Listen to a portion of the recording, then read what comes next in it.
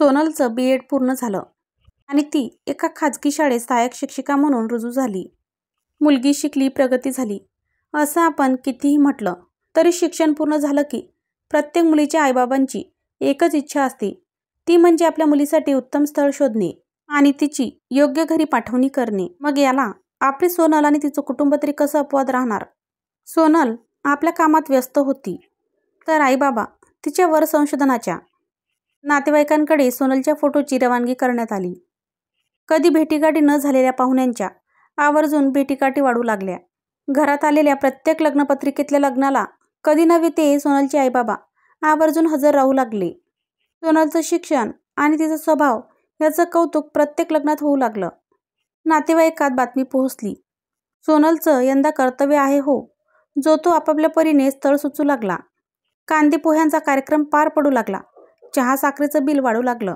पण सोनलसाठी उत्तम स्थळ काही मिळेना. आता सगळं जमून येईल असं वाटत असताना देव जाणो कशी कधी आणि कुठे माशी शिंकायची आणि प्रत्येक स्थळाकडून सोनलला फक्त नकार यायचा.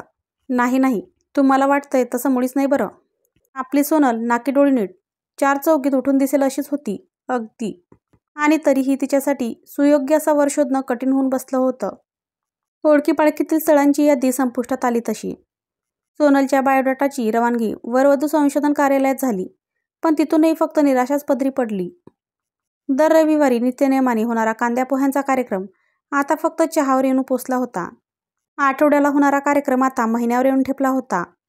पूर्वी उत्साहाने साडी नेसून तयार असणारी सोनल दाखवण्याचा कार्यक्रम आता ड्रेसवरच आटपू लागली. 5 वर्षे होत आली सोनलच्या वर संशोधनाला. पण वर संशोधन काही संपलं नाही. आधी उत्साहाने स्थळ सुचवणारे नातेवाईक आता सोनलच्या कुटुंबाला टाळू लागले. आपलं लग्नच होणार नाही अशी खात्री सोनलची झाली. पण आपण हे जग सोडण्यापूर्वी आपलं काही बरं वाईट होण्याआधी सोनलचे हात पिवळे करायचेच हा चंग आईबाबांनी बांधला होता. आणि त्यांची इच्छापूर्ती होण्याचा तो क्षण त्यांच्या आयुष्यात आला. सोनलचा मोठा मामा त्याने आपल्या लाडक्या भाचीसाठी त्याच्या एका मित्राच्या मुलाचं स्थळ सुचवलं. आणखीन एक नकार असं गृहीत धरूनच सोनलचं दाखवण्याचा कार्यक्रम पार पडला. आणि यावेळी दोन्ही कुटुंबांकडून पसंती झाली. मुलाकडच्या मंडळींना आणि मुलालाही सोनल पसंत पडली. सोनलच्या कुटुंबालाही मुलाला काही म्हणावं असं एकही कारण नव्हतं. मग काय आता फक्त पत्रिका जुळणं बाकी होतं. ते जमलं की बार उडालाच समजा. सोनलच्या मामांनी दोघांच्याही पत्रिका आपल्या ओळखीतल्या एका गुरुजींना दाखवल्या. त्या गुरुजींच्या कपाळावर पडलेल्या आठ्या पाहून सोनलच्या मामाच्या हृदयाचे ठोके अतिवेगाने धावू लागले. गुरुजींनी भविष्यवाणीच केली. सोनल आणि त्या मुलाचे 32 गुण जुळत आहेत. सोनलशी लग्न झालं तर मुलाचा मृत्यू अटळ आहे. कारण सोनलच्या पत्रिकेत 2 विवाहांचा योग आहे. सोनलच्या मामाच्या पायाखालची जमीनच सरकली. आपल्या लाडक्या भाचीच्या नशिबात असं काही असेल याची त्यांना याआधी सुतराम कल्पनाही नव्हती. सगळं काही जुळत असताना पुन्हा हा विषाचा खडा. सोनलचं आयुष्य नक्की काय वळण घेणार आहे? त्याने सोनल आणि तिच्या घरच्यांना सगळं सत्य सांगितले. आता सोनलच्या आईबाबांनीच त्या मुलाला नकार कळवला. पण सोनलच्या कुटुंबाकडून आलेला नकार न पटल्याने मुलाकडची मंडळी सोनलच्या घरी त्यांना भेटायला आले. सोनलचे मामाही तिथे होते. मुलाकडच्या मंडळींनी खूप आग्रह केल्याने अखेर त्यांना या लग्नाला दिलेले नकाराचे कारण उघड करावे लागले. त्यानंतर मुलाकडच्या मंडळींची प्रतिक्रिया सगळ्यांनाच अनपेक्षित होती. एवढंच ना, पुढे काय होणार याचा विचार आता का करत बसायचा? आजच्या युगातही तुम्ही अशा गोष्टी मानता? आश्चर्य आहे. तुम्ही म्हणालात म्हणून आम्ही पत्रिका जुळवण्याला तयार झालो. मुळात पत्रिका, भविष्य या गोष्टींवर आमचा कोणाचाही विश्वास नाही. पत्रिका न जुळवताही कित्येक लग्न होतात आणि ती टिकतातही.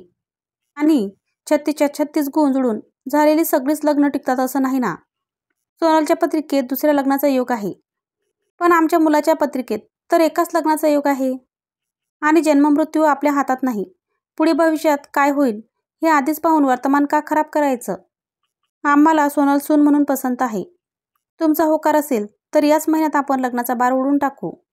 सोनलच्या आईबाबांना मामाला यावर काय उत्तर द्यावे कळेच ना. शेवटी नवरा मुलगा पुढे आला आणि म्हणाला, मी या लग्नाला तयार आहे. इतकी वर्ष सोनलच्या लग्नाचा जुळून न येणारे योग जुळून आला आहे. आणि मलाही इतक्या मुलींमध्ये सोनलच पसंत पडली आहे. मग यातून काही वाईट असं काय घडू शकतं? यामागे नक्कीच काहीतरी चांगलं दडलेलं आहे. जे होईल ते चांगलंच होईल. सोनल तू आहेस का लग्नाला तयार? तुझा होकार माझ्यासाठी सर्वात महत्त्वाचा आहे.